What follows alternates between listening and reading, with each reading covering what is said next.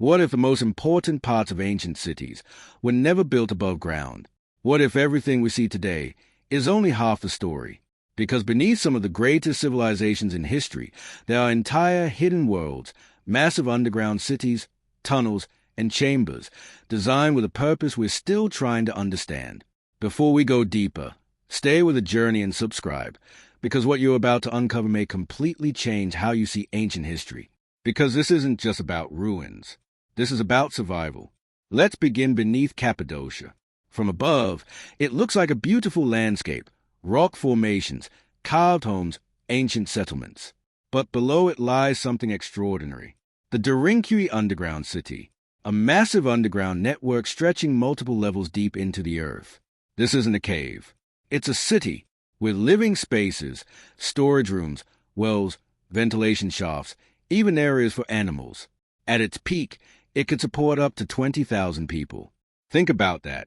An entire population living below the surface, hidden, protected, safe from whatever existed above. But why go underground in the first place? Because building below the earth is not easy. It requires time, planning, and effort. No civilization would do this without a powerful reason. One obvious answer is danger, war, invasions. History shows that this region faced constant threats. Above ground, cities could be attacked, destroyed, but underground, everything changes. Entrances could be hidden, tunnels could be sealed, massive stone doors could block access completely.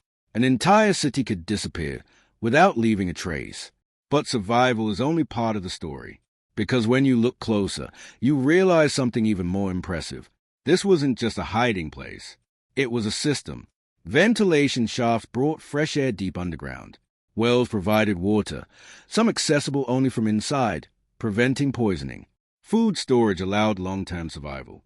Everything was designed for sustainability, which means one thing.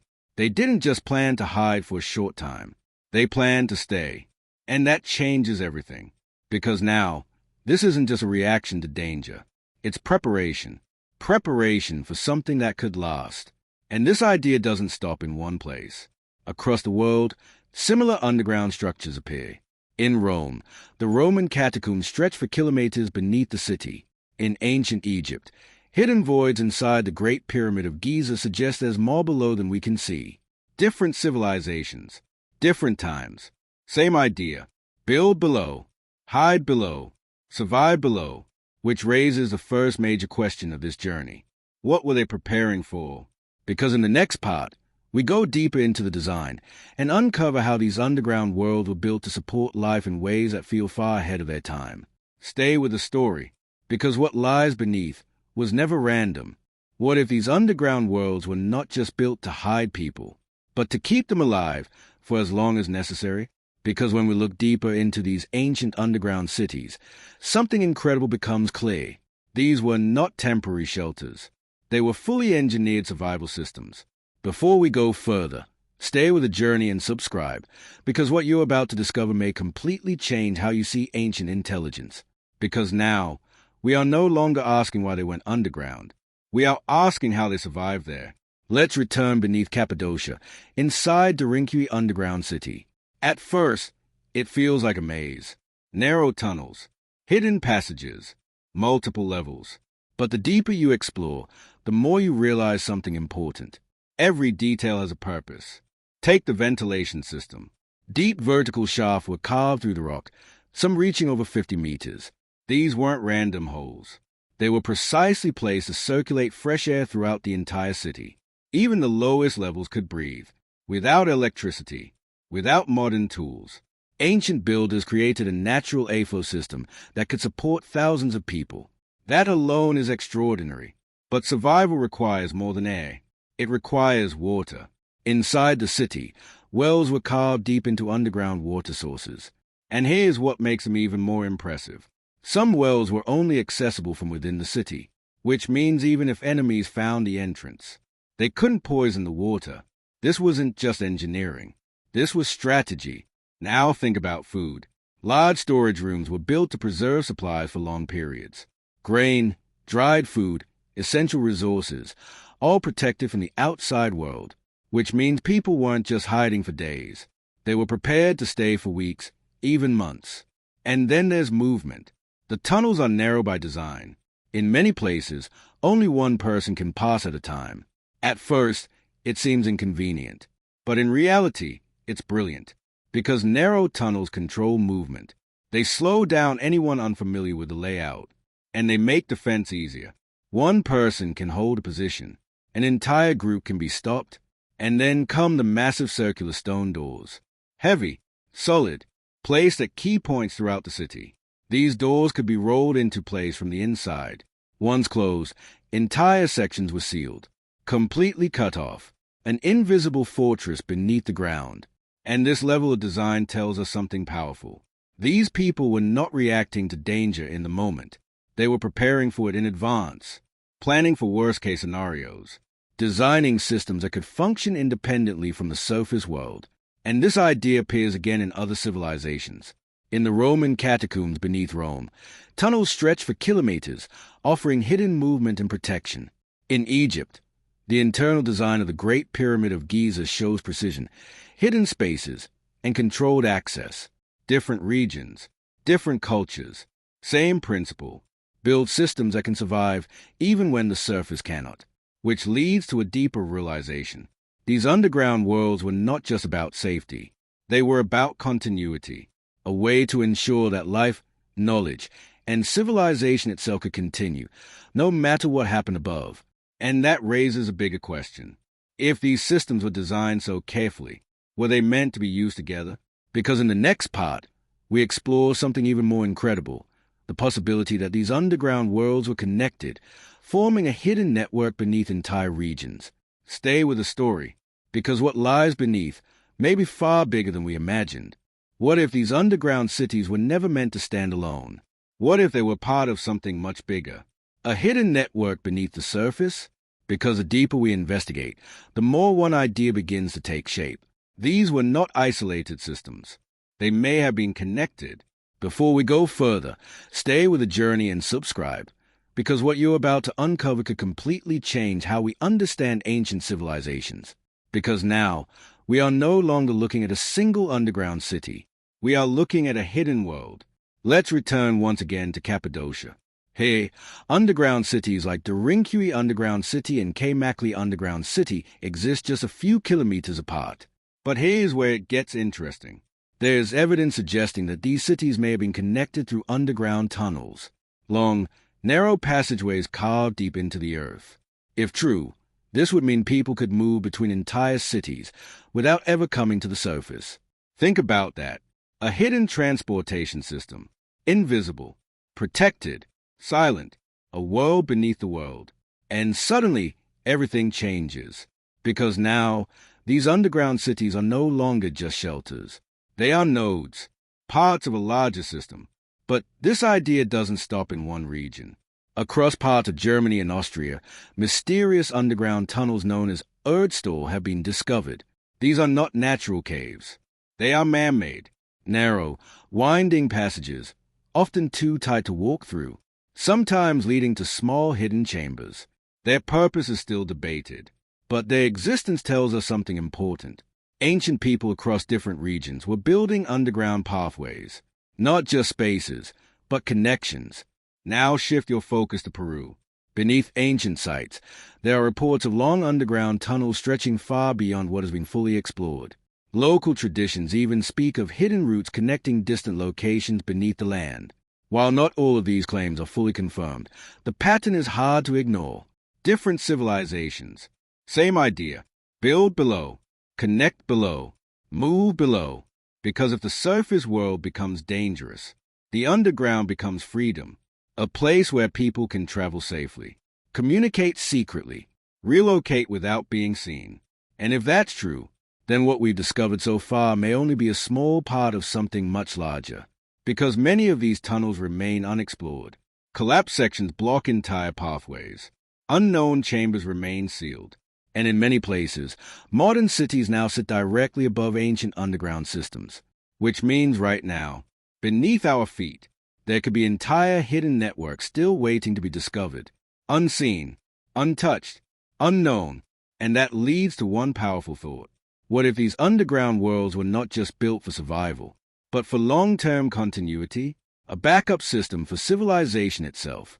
Because in the next part, we go deeper into the most mysterious aspect of all: spaces that don't look like homes, don't function like tunnels, and may not have been built for survival at all. Stay with the story, because what lies deeper may not have been meant for everyone. What if some underground spaces were never built for survival at all? Because as we go deeper into these hidden worlds, something begins to change. The structures stop looking like homes. They stop feeling like shelters. And instead, they begin to feel intentional in a completely different way. Before we go further, stay with the journey and subscribe, because what you're about to uncover may challenge everything we think we know about ancient civilizations. Because now, we are entering the most mysterious layer of the underground world. Spaces that don't follow the rules. Spaces that don't explain themselves.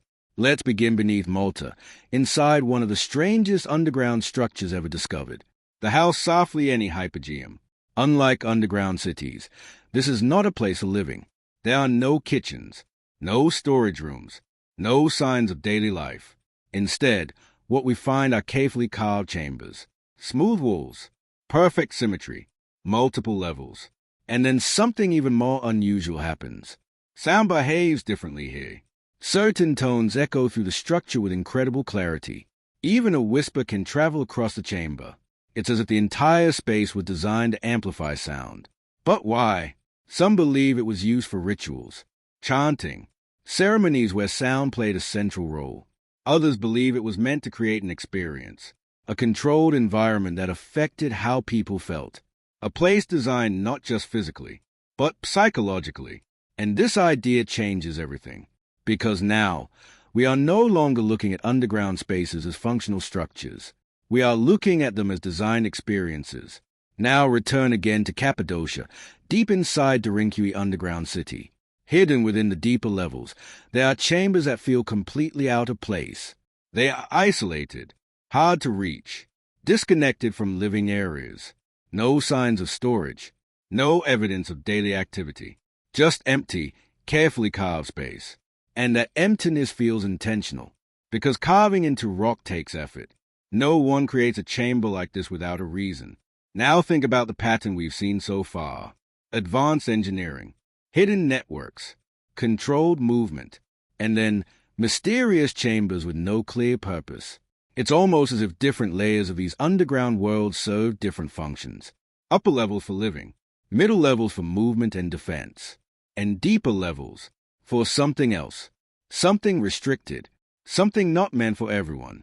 And that leads to a powerful possibility. What if these deeper chambers were reserved for specific people, specific activities, or specific knowledge? Because in many ancient cultures, certain spaces were sacred, restricted, only accessible to a few.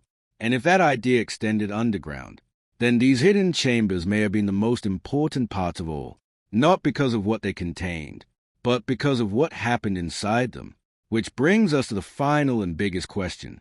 What were these underground worlds truly built for? Because in the final part, everything connects: the survival systems, the hidden networks, and the mysterious chambers. And we uncover the real reason ancient cities had entire worlds beneath the surface. Stay with the story, because the truth may be far deeper than we imagined. What if everything we've discovered so far is only a fraction of the real story? Because when you connect all the pieces, the underground cities, the survival systems, the hidden networks, and the mysterious chambers, you begin to see a pattern that is impossible to ignore. Ancient civilizations didn't just build below the surface. They invested in it, planned for it, relied on it. Before we reveal the final reason, stay with the journey and subscribe, because what you're about to understand may completely change how you see human history. Because now, everything connects. Beneath Cappadocia, massive underground systems like Derinkuyu Underground City and Cappadocia Underground City show us how entire populations could survive in complete secrecy. Beneath Rome, the Roman catacombs created a hidden layer beneath the living world, stretching for miles. Inside the Great Pyramid of Giza in Egypt, unexplained voids remained sealed, designed but never revealed. And beneath Malta, the House Saflieni Hypogeum shows that some underground spaces were built not for survival, but for something deeper. Different civilizations, different timelines, different purposes. And yet, the same idea keeps appearing. Build below, protect below, preserve below. And that may be the real answer. Because underground, the world is stable. Temperature stays constant. Structures last longer. Time slows down. If you wanted to protect something from war, from disaster, from collapse, you wouldn't leave it above ground. You would hide it beneath it. And that something may not have been just people. It could have been knowledge, beliefs, records of their civilization, a way to ensure that even if the surface world changed, something would survive, because these underground worlds were not just shelters. They were backups, a hidden layer of civilization designed to continue even if everything above was lost. And here's the most powerful thought of all. What if we haven't found everything yet? Because even today, new discoveries are being made. Hidden tunnels beneath modern cities, sealed chambers beneath ancient ruins, unknown void detected by advanced scanning, which means right now, beneath your feet, there could be entire worlds still waiting to be discovered, silent, hidden, untouched for thousands of years, waiting for someone to find them. So the next time you walk through a city, remember this. You're not just walking on history. You might be walking above it. If you want to explore more hidden worlds, lost civilizations, and the mysteries buried beneath our planet, make sure you subscribe and stay with us. Because history isn't gone. It's just hidden. And the deeper you look, the more you realize we've only just begun.